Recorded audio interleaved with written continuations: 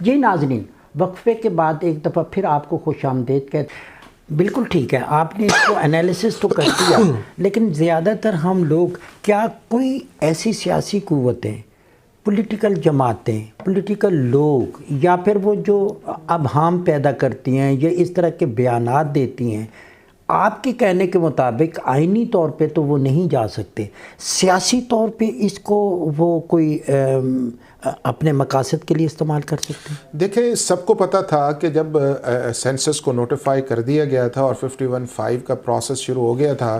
تو یہ بھی ایک بحث جو تھی صرف ایک پولیٹیکل مائلیج کے لیے یا پولیٹیکل گین کے لیے یا پولیٹیکل کنٹروورسی کو کھڑا کرنے کے لیے تھا کہ 90 دن کے اندر الیکشن ہونے چاہیے۔ اب وہ چیز نہیں، اب میں سمجھتا ہوں کہ ان پولیٹیکل پارٹیز کو اس بلیم گیم کی بجائے جو ہے وہ کلیئرلی جو ہے اپنے مینیفیسٹو کے ساتھ عام آدمی کے سامنے آنا چاہیے، عوام کے سامنے آنا چاہیے، اور انہیں پتہ ہونا چاہیے کہ پاکستان کے عام آدمی کے کنسرنز کیا، اور ان کنسرنز کو اگر ہم پاور کے اندر آتے ہیں یا الیکشن کیمپین کے اندر جاتے ہیں تو ہم نے ان سے کیا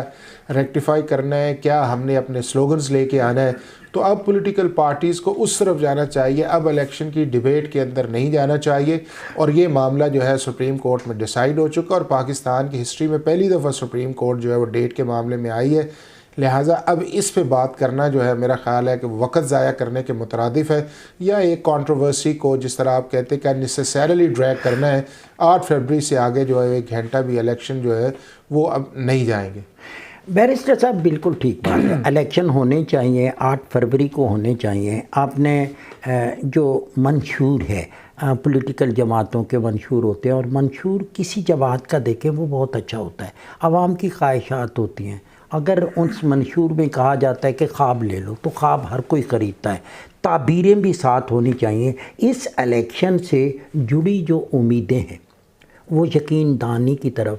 یا پھر وہ عملی شکل بھی اختیار کر پائیں گے، کیونکہ ووٹر کو بھی تو ہم نے ٹرینڈ کرنا ہے، بریف کرنا ہے، تاکہ وہ اپنے جن مقاصد کے لیے اس الیکشن میں جا رہے ہیں وہ اسے مل پائیں۔ دیکھیں، اس کے اندر یہ ہے کہ پاکستان 1947 سے بنا ہے، اور پاکستان 1947 جب بنا تھا اس وقت بھی بڑی امیدیں تھیں،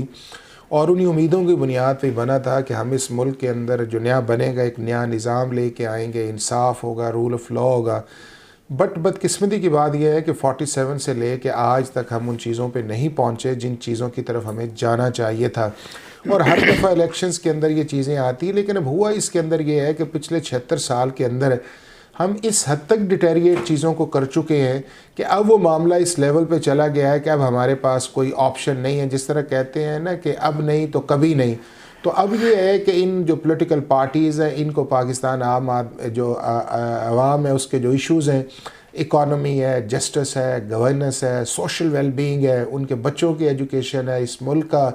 ایگریکلچر ہے، اس ملک کے اندر جو چیزیں ہیں، رول آف لا ہے، پولیس کا نظام بہتر، بیوروکریسی کا بہتر جو ہے،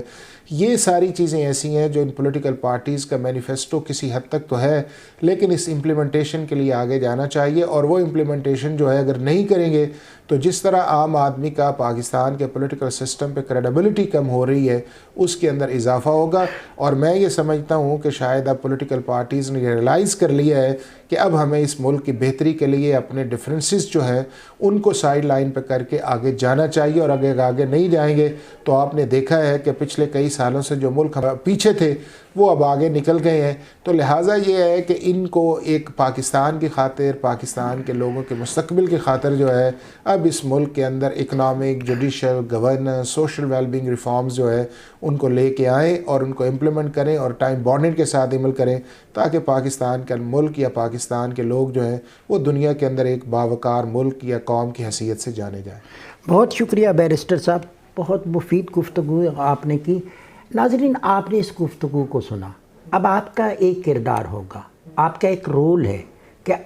8 فروری کو آپ اس میں اپنا کردار کیسے ادا کرتے ہیں۔ پولیٹیکل جماعتیں، سیاسی اکابرین، وہ سب وہی ہیں، تھوڑا بہت اس میں چینج ہو سکتا ہے، لیکن اس میں آپ کے رویوں کو تبدیل ہونا ہے۔ ماضی میں جس طریقے سے آپ نے الیکشنوں میں حصہ لیا، اور اگر اس میں آپ نے اپنی رائے کو، اپنی سوچ کو، اپنے ویژن کو پراپر طریقے سے نہیں استعمال کر پائے تو ایک موقع اور آپ کے پاس آ رہا ہے، اور اس الیکشن میں سب سے اہم کردار ہوگا